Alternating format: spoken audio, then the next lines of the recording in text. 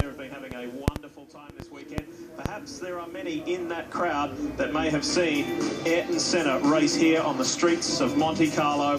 We talk these days about the rivalry between Rosberg and Hamilton. How about the rivalry, the legendary rivalry between Senna and Prost? And of course his records as far as pole positions and victories, and the argument that goes on forever if the three-time world champion was, of course, the all-time greatest. Well, in pit lane, there are a couple of decals this week that we could not ignore. This one at the McLaren-Mercedes camp. Of course, Senna had 5 of his 6 wins with the McLaren organisation, and just a few spots down the road at Mercedes, they've been displaying this all year long. Keep fighting Michael, of course, referring to Michael Schumacher, the 7-time world champion, who continues to fight for his life back at home now after that terrible, terrible skiing accident in December. It has been 20 years since the Brazilian Ayrton Senna lost his life in the San Marino Grand Prix at Imola, and effectively, if you like, on that day, passing the torch in Formula One to be the best in the sport over to Michael Schumacher. Now, it may have been 20 years, but there is not a single person in this Formula One paddock, as every day goes by, they don't at least mention Senna's name or spare a thought.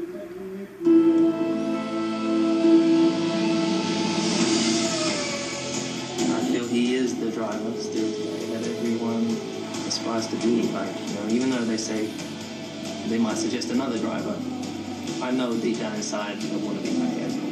Well, I think Ayrton is kind of king, you know, for us in Brazil. What he did for Brazil, what he did for so many things, for the kids, you know, for sure he's still, you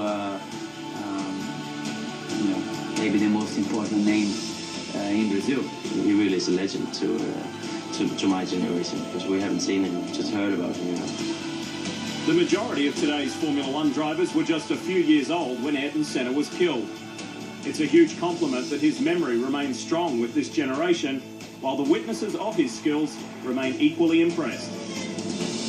He was the distilled essence of a 100% racing driver. At some point in his development, he realised he had a mission to fulfil, and his mission was to win.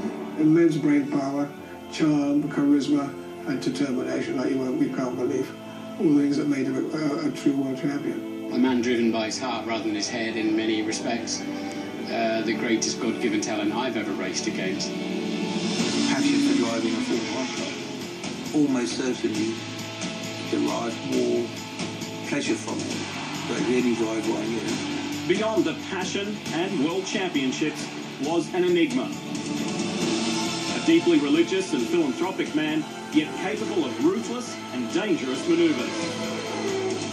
In 1994, a conflicted Senna left McLaren, his home for 6 successful seasons, for the Williams team, who had developed a quicker car.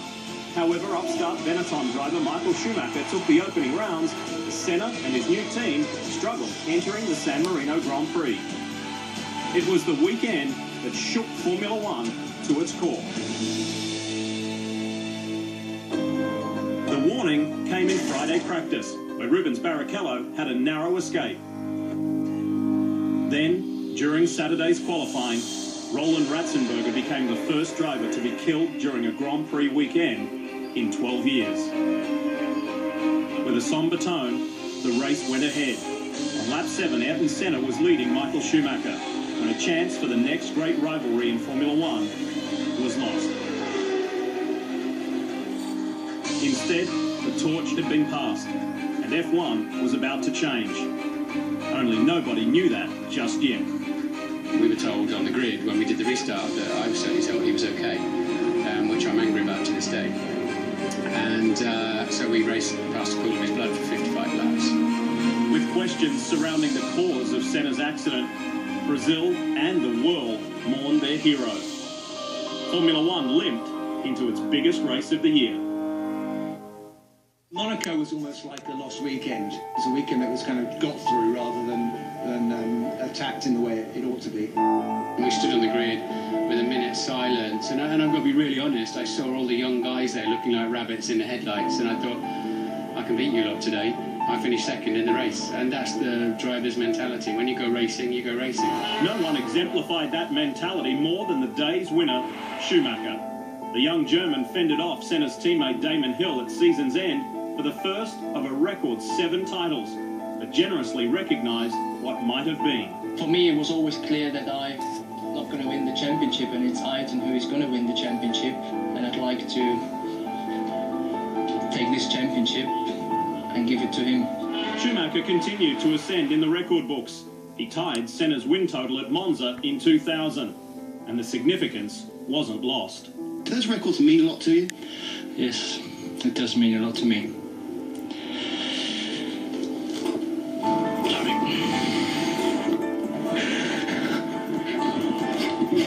However, Senna's lasting impression on the sport won't be the benchmark statistics. It's the raft of safety changes made following his death, helping to protect the very generation that idolises him. I can drive today knowing that if we do have a big crash, I'm safe. I can get away from it. The last big one we saw was Felipe Massa in 2009 Budapest, but with the helmet getting better, so he's still here racing with us today.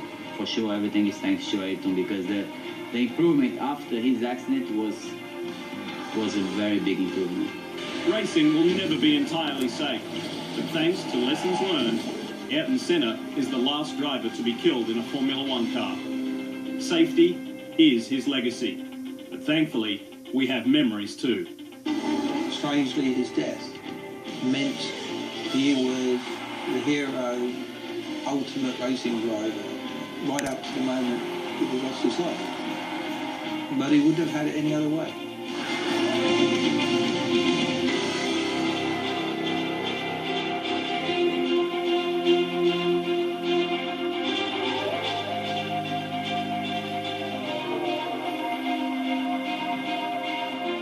Just an incredibly moving piece there, and we want to thank our production staff for putting that together. What feelings and thoughts does that evoke in you? Well, Jimmy Clark was one of my heroes. He got killed, and I thought, you know, it's impossible. He can't get killed. And then nothing happened to safety, of course. Then Senna got killed, and of course he did make a massive amount of change to the whole of racing that we know today. There's no doubt about it. That made a huge help. But I was lucky enough to be doing TV when Senna was racing, and my lasting impression is one of absolutely amazing smoothness. He could go faster than anybody else, and you really thought, he's lost it. You know, this isn't the lap. And it always was. It was uncanny. Steve, you were in this very pit lane in a team from Benetton up against Senna. I mean, did you pretty much line up thinking that you couldn't beat him? Pretty much. When I graduated into Formula One, Senna and Ron Dennis had a very close relationship, and McLaren and Senna were the team to beat. They were the competition. I never had the honour of being able to work with Senna, but I had the thrill of racing against him with Benetton. And every year we would come here, and every year we would get beaten by Senna, until 1993, where we had a fantastic car, active suspension on the car. And I thought we were in with a chance. We out-qualified them, got into the race, and lap 34, a 50-cent O-ring fouled in the active suspension, put Michael Schumacher out. Senna went on to win the race. We never, ever were able to beat him in his town here. From one legend to another, the motorsport and Formula One world farewelled another legend. Sir Jack Brabham, the first Australian to ever win a race and a world championship, the three-time world champion who also won one of those championships in a car that bared his own name. His legacy lives on with his grandsons racing in the US and the United Kingdom. And on the day of the Indianapolis 500, this is the man who triggered the rear-engine car movement at the Indy 500. He was affectionately known as Black Jack. Sir Jack Brabham passed away at the age of 88.